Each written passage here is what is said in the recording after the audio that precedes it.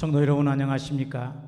오늘은 빌립보서 3장 17절에서 21절의 본문의 말씀을 가지고 함께 은혜를 나누도록 하겠습니다.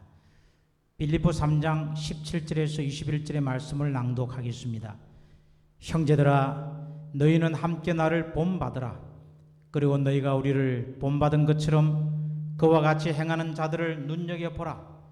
내가 여러 번 너희에게 말하였거니와 이제도 눈물을 흘리며 말하노니 여러 사람들이 그리스도의 십자가의 원수로 행하느니라. 그들의 마침은 멸망이요 그들의 신은 배요 그 영광은 그들의 부끄러움에 있고 땅의 일을 생각하는 자라. 그러나 우리의 시민권은 하늘에 있는지라.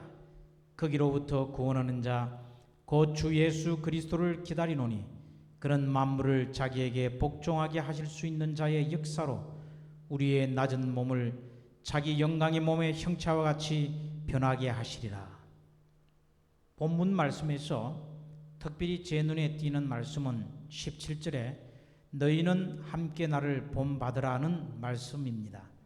바울은 빌립보 교인들에게 뿐만 아니라 고린도 교회 교인들에게도 너희는 나를 본받으라고 말하고 있습니다. 고린도전서 4장 16절 그러므로 내가 너희에게 권하노니 너희는 나를 본받는 자가 되라. 고린도전서 11장 1절입니다. 내가 그리스도를 본받는 자 된 것 같이 너희는 나를 본받는 자가 되라. 형제들아, 너희는 나를 본받으라. 이 말씀은 바울의 엄청난 고백입니다. 나를 본받으라고 노년의 바울이 당부하고 있습니다. 과연 어떤 사람이 이렇게 말할 수 있을까요? 바울은 나만큼만 예수를 믿어 이렇게 말하면서 두 가지 예를 들어서 설명하고 있습니다. 이것은 단순히 믿음을 이야기하는 것이 아닙니다. 행함을 이야기하고 있습니다. 믿음의 교리를 달달 외워도 행하지 않으면 아무 소용이 없다는 것입니다. 예수님도 산상수훈을 가르치신 후 이렇게 말씀하셨습니다. 마태복음 7장 24절 그러므로 누구든지 나의 이 말을 듣고 행하는 자는 그 집을 반석 위에 지은 지혜로운 사람 같으리니. 성도 여러분, 우리가 어떻게 행할 수 있을까요? 바울이 나를 본받으라고 해서 바울을 예수님 다음으로 섬겨할까요? 그런 말이 아닙니다. 자신을 본 삼아서 그대로 배워서 행하라는 것입니다. 우리가 지금 할 수 있는 것은 바울과 같은 믿음의 소유자를 찾는 것입니다. 우리의 신앙은 보고 배우는 데 있습니다. 우리가 말씀을 듣고 성경을 읽지만 정말로 좋은 배움은 보고 배우는 것입니다. 요리하는 것도 그렇습니다. 시집간 딸은 어머니가 예전에 어떻게 했나를 떠올려 봅니다. 어깨너머로 보던 것을 그대로 따라서 합니다. 교회 사역도 마찬가지입니다. 우리 주변에도 믿음 좋은 분들이 있기 마련입니다. 기도하고 섬기고 가르치고 헌신하시는 분들을 가만히 보고 배우십시오. 젊은 30, 40 세대들은 누가 가르쳐주지 않아도 60, 70 집사님들이 하는 것을 보고 배우는 것입니다.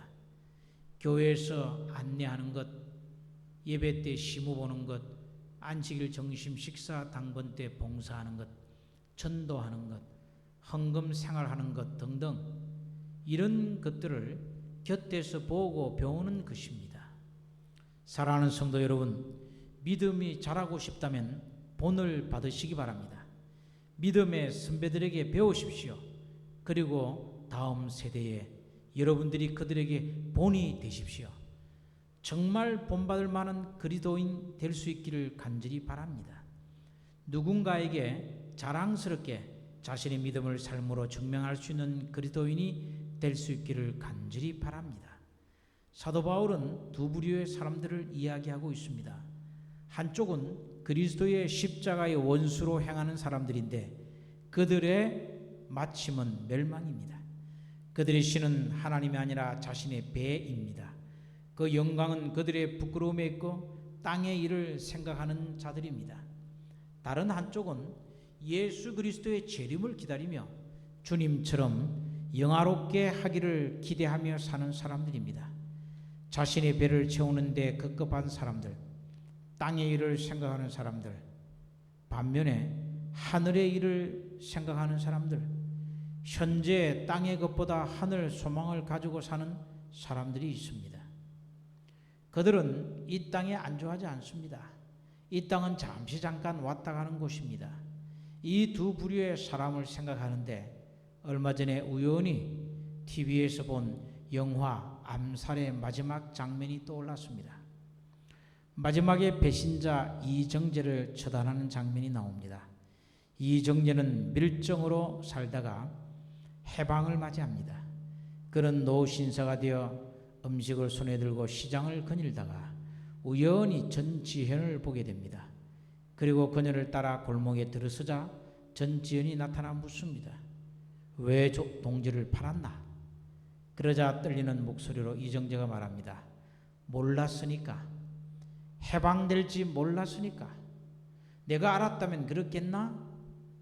네, 그렇게 대답을 합니다. 그렇게 대답을 하고 나서 총에 맞아 죽고 맙니다. 극중 염진석인 이정재는 자신의 배를 채우고 이 땅에서의 삶을 살았습니다. 그는 해방이 되는 그날이 올지 몰랐습니다. 일제치하의 날이 계속될 줄 알았던 것입니다. 마찬가지로 우리 그리스도인들은 이 세상의 날에 끝이 있음을 아는 사람들입니다. 그리고 죽음 이후에 심판이 있고 다시 부활할 그날이 있음을 아는 사람들입니다. 이정재가 해방이 될 것을 알았다면 임시정부 요원으로 계속 살았을 것입니다. 우리가 그리스도인으로서 참 하늘의 시민권자라면 우리는 부활할 그날, 영광스러운 그날을 바라보며 오늘을 견뎌야 합니다. 밀정이 되어 자신의 배를 채우며 이 땅에서 살면 안 되는 것입니다. 스탠리 하우워스가 쓴 유명한 책이 있습니다. 하나님의 나그네 된 백성이라는 책입니다. 그 책의 주제는 하늘나라의 식민지로 살아가는 교회의 참된 정체성을 회복하라는 것입니다. 교회는 이 땅에서 하늘나라의 식민지입니다.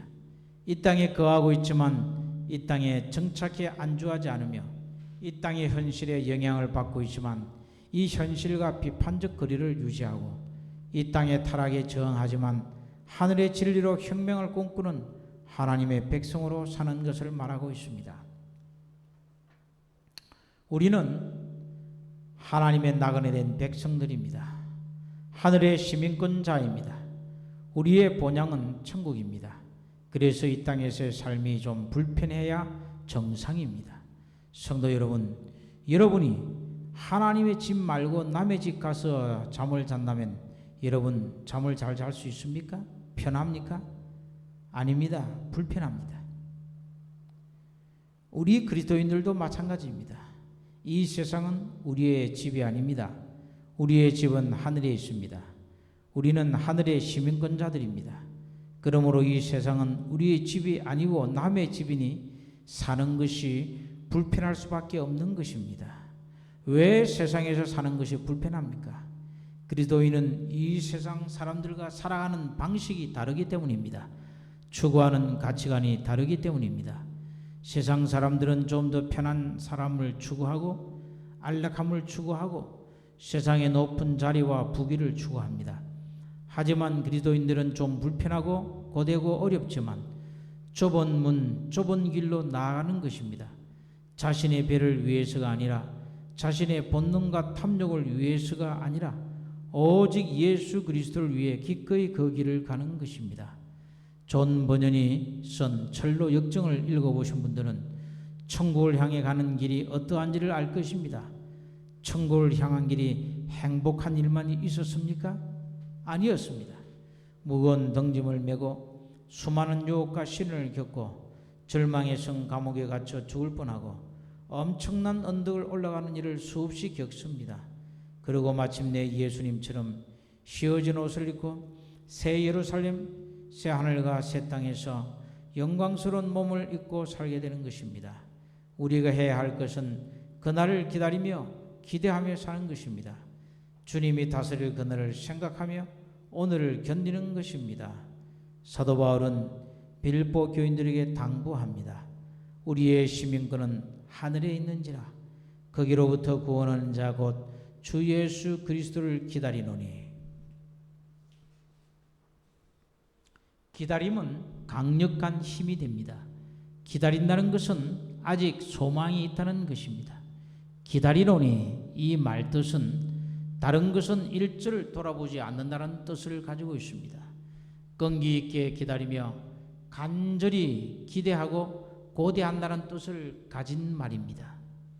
현실은 녹록지 않을지라도 언젠가 하나님이 다스릴 그 나라가 온다는 것입니다. 현실은 지고 있는 것처럼 보일지라도 언젠가 엄청난 역전을 맛보게 된다는 것입니다. 그래서 그리스도인들은 역전의 사람들입니다. 성경을 봐도 그렇습니다. 역전의 이야기가 많이 나옵니다. 요셉은 형들에 의해 애굽의 종으로 팔렸다가 온 가족들을 책임지는 애굽의 총리가 되었습니다. 모르드게는 하만에 의해 나무에 달릴 뻔했다가 오히려 하만이 나무에 달리게 되어버립니다.